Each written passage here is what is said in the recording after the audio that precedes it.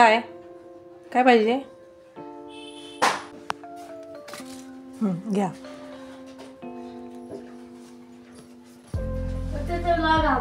Hi hello नमस्कार, मी मनीषा. आपल्याच्या नवीन ब्लॉगमध्ये तुम्हा सर्वांचं खूप खूप मनापासून स्वागत.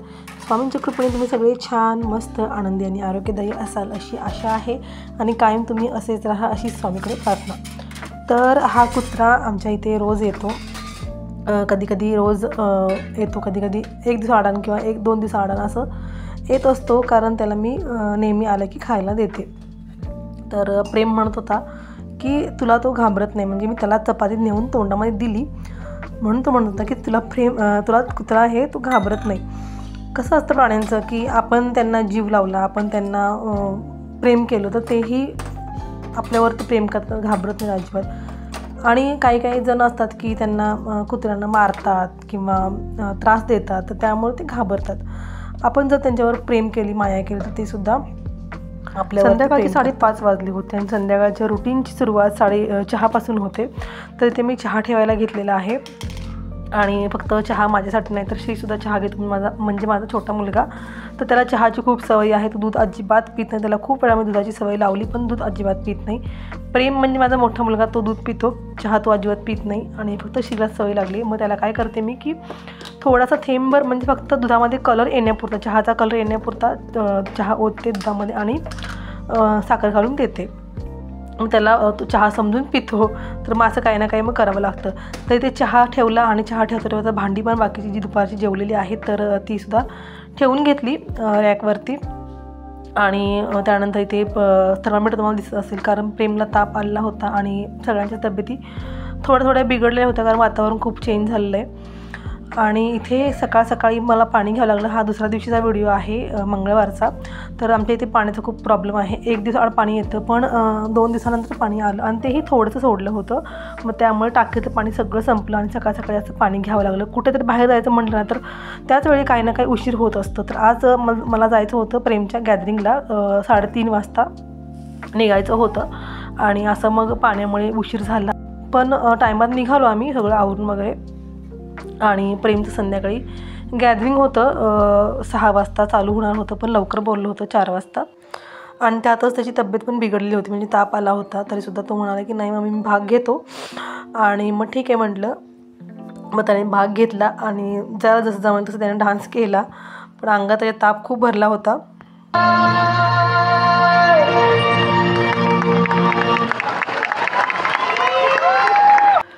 सकाळचं हे असं वातावरण असतं, सकाळची थंडी, दुपारचं ऊन आणि मग ढगाळ वातावरण. आणि अशा वातावरणामुळे तब्येती बिघडायला लागल्या आहेत. रात्रीच प्रेमला डान्समध्ये ताप आला होता, म्हणून मग त्याचा डान्स झाल्यावर आम्ही लगेच निघालो. श्रीला पण जरासं अंग गरम त्याचं वाटत होतं, म्हणून त्याचा डान्स संपला आम्ही तिथून लगेच निघालो. बाकीचे डान्स बघायला थांबलो नाही.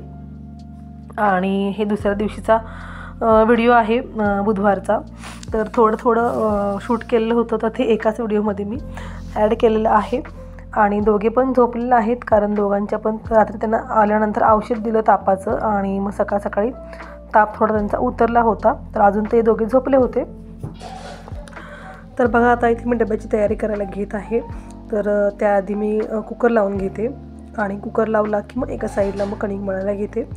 आणि कणिक मळल्यानंतर झाकून ठेवते. 10-15 मिनटं तरी झाकून ठेवावी लागते, कारण रेशनिंगचे गहू वापरते मी आणि त्यामध्ये थोडेसे मग विकतचे गहू मिक्स करते, नाहीतर मग चपात्या आहेत त्या व्यवस्थित येत नाहीत. आणि मग जरा झाकून ठेवलं 10-15 मिनटं तर मग बऱ्यापैकी चपात्या येतात. तर इथे हरभऱ्याची भाजी मला करायची होती, तर आदल्या दिवशी निवडून ठेवलं की सकाळचं जरा सोपं पडतं. पण रात्री थोडा वेळ झाला झोपायला, कारण गॅदरिंगवर आल्यानंतर बाकी सगळं आवरून वगैरे झोपायला उशीर झाला, त्यामुळे भाजी निवडायला मिळालीच नाही. मग सकाळी असं निवडायला बसले आणि त्यामध्ये बराच वेळ गेला, कारण त्यामध्ये भरपूर आळ्या असतात आणि बारीक एक काडी असं बघून निवडावी लागते. तर इथे भाजी पण फोडणी घालायला घेतली. लसूण ठेचून घातला, मिरची चिरून घातली आणि तेलामध्ये परतत इकडे एका साईडला शेंगदाणेसुद्धा वाटायला घेतली भाजीमध्ये घालण्यासाठी. आणि शेंगदाणे बारीक कूट करून घेतला आणि इकडे भाजी छान स्वच्छ धुवून त्यामध्ये घातली. आणि बाकीचे जे बारीक पाला वगैरे राहतो किंवा बारीक पानं वगैरे राहतात, तर ते मी गाळण्याने असं हे करून घेते, गाळण्याने गाळून एक कणही बाहेर जाऊ द्यायचा नाही. तर मग त्यामध्ये शेंगदाण्याचं कूट आणि मीठ घातलं आणि झाकून शिजवून घेतली आणि एकीकडे मग चपात्या लाटायला सुरुवात केली.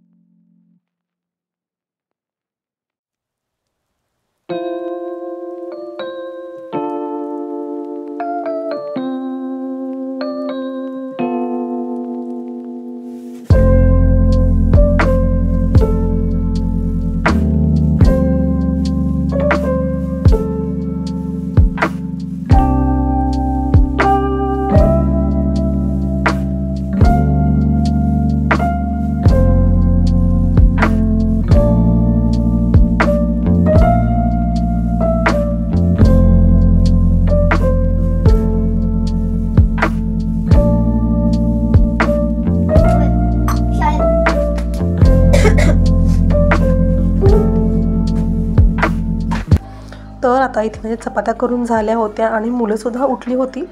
आणि मग प्रेमला एकीकडे मी चपात्या करताना दूध गरम करायला ठेवलं होतं आणि प्रेमला मग हळद दूध दिलं, कारण त्याचा घसा खूप लाल झाला होता खोकून त्याला खोकलासुद्धा होता.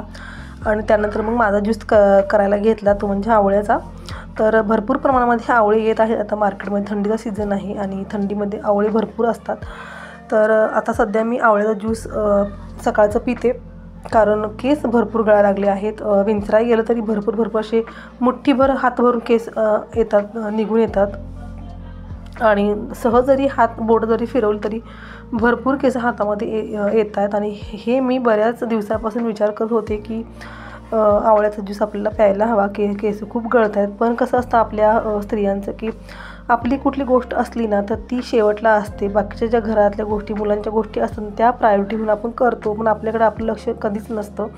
आणि करूया म्हणत की अशामध्येच आपले भरपूर दिवस निघून जातात आणि त्यामुळे आपल्याकडे स्वतःकडे लक्ष द्यायला आपण विचारच करत नाही. मग शेवटी मी ठरवलंच की नाही, आता आपण आवळे घ्यायचेच आणि चालू करायचं ज्यूस प्यायला, कारण केस भरपूर गळायला लागलेत.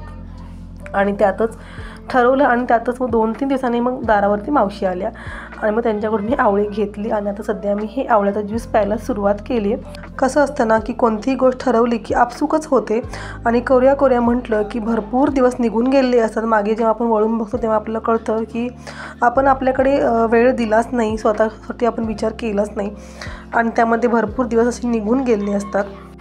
तर इथे मी 2-3 आवळे घेतले आणि ते छान असे चिरून घेतले बारीक आणि त्यामुळे थोडंसं मी आल्याचा तुकडा टाकते पेस्ट करताना, पण माझ्याकडे आलं नव्हतं तर त्यामुळे फक्त मी आवळा आहे तो वाटून घेतलं, बारीक छान पेस्ट करून घेतली आणि गाळण्यानं गाळून घेतलं. थोडंसं पाणी टाकलं त्यामध्ये पेस्ट करताना आणि गाळण्यानं गाळून घेतल्यानंतर त्यामुळे थोडंसं चवीपुरतं सैंधव मीठ टाकलं.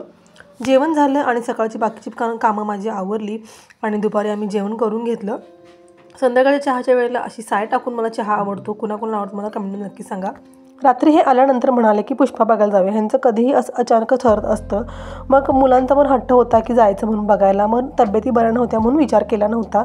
मग म्हटलं ठीक आहे, आता तब्येत सकाळपासून ठीक होती मुलांची म्हणून म्हटलं ठीक आहे जाऊया. मग 10चा शो होता, 9:30पर्यंत आमचं जेवण आवरलं. मला म्हणाले की सगळं तसंच टाक आणि चल, 10चा शो सुरू व्हायला नको म्हणून सगळं तसंच टाकलं आणि गेलो.